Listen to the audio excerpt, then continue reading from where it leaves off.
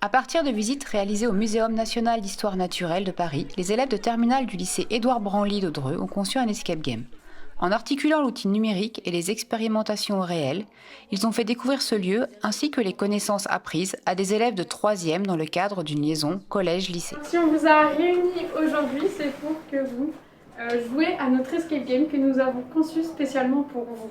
Ce projet est entièrement conçu par les élèves pour développer l'autonomie, la collaboration et l'initiative. Il leur permet notamment de vulgariser des connaissances, de les simplifier sans les déformer et ainsi développer leur esprit critique. Ces compétences sont un atout dans la préparation du grand oral. Lors de la première étape, nous avons préparé la sortie au muséum avec les élèves, notamment en ciblant dans les programmes de 3e et de terminale les thématiques des visites. Cette préparation s'est concrétisée par la visite des 3 sites du muséum en présence de doctorants et de chercheurs, dont Jean-Sébastien Steyer qui nous a accompagnés pour ce projet.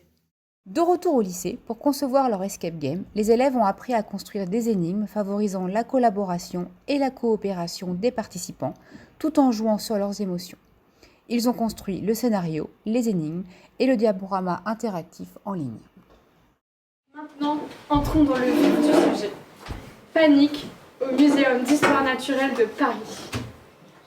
Jean-Sébastien Steyer, paléontologue émérite, a fait une grande découverte. Il a trouvé un fossile d'une grande valeur. Il s'agirait peut-être d'un des premiers céphalopodes. Une conférence internationale est organisée au Muséum d'histoire naturelle de Paris pour présenter sa découverte à toute communauté scientifique. La conférence commence dans 1 heure. Les spectateurs euphoriques arrivent du monde entier pour y assister. Jean-Sébastien se retire pour récupérer le fossile dans son coffre-fort, mais...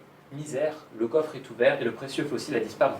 Après un moment de détresse intense, Jean-Sébastien se ressaisit et fait appel à ses étudiants pour l'aider à retrouver le fossile avant le début de la conférence. Et bien sûr, on compte sur vous, car c'est tous ensemble que vous allez réussir.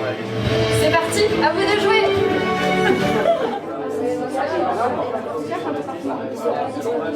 Cherchez le gars dans la salle. Cherchez le fils. Attends, je vais dans l'île. Bah ouais, venons l'île déjà. Ouais, les gars, les rassemble. Bah ouais, c'est moi qui les rassemble. Il y a pas quelqu'un à gauche ici. Il y a écrit cette fois quelque chose. Celle-ci? Non, en haut. Des mots de passe structurent le scénario et obligent les différents groupes d'élèves à coopérer afin de pouvoir avancer dans l'enquête. Ouais. Vous avez trouvé sur le protocole? Oui. Plusieurs expériences ont été mises en œuvre durant l'escape game, dont la réalisation d'empreintes de stomates sur des feuilles de lierre. Dans cette énigme, le résultat obtenu permet aux joueurs de se diriger vers la bonne serre sur le support numérique. Durant ces expériences, les élèves de terminale réinvestissent les compétences acquises au lycée et rendent accessibles leurs connaissances à des collégiens. Les activités pratiques proposées permettent aux collégiens de réinvestir des compétences acquises au collège. Par exemple, ici, ils utilisent le microscope et une clé de détermination pour identifier des grains de pollen. Et après, là, tu vas délicatement.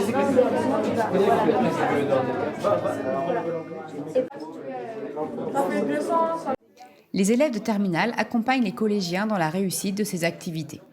Il y avait ça avec ça. Je dis tout à l'heure, c'est ça qu'il m'a dit.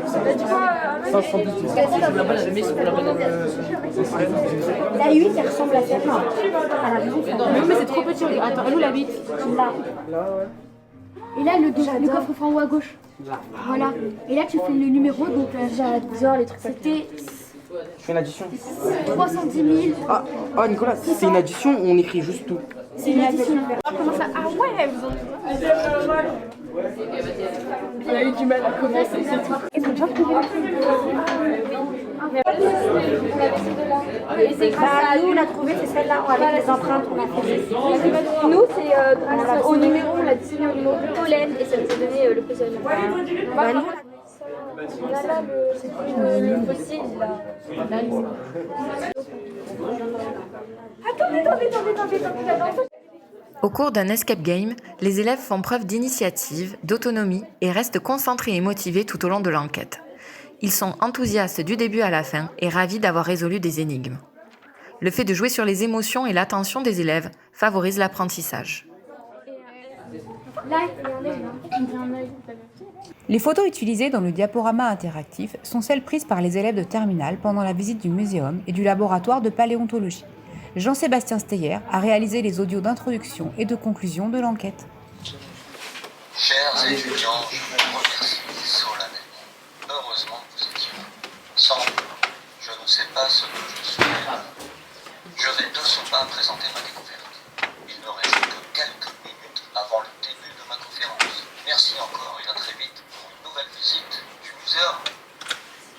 Ouais, bravo.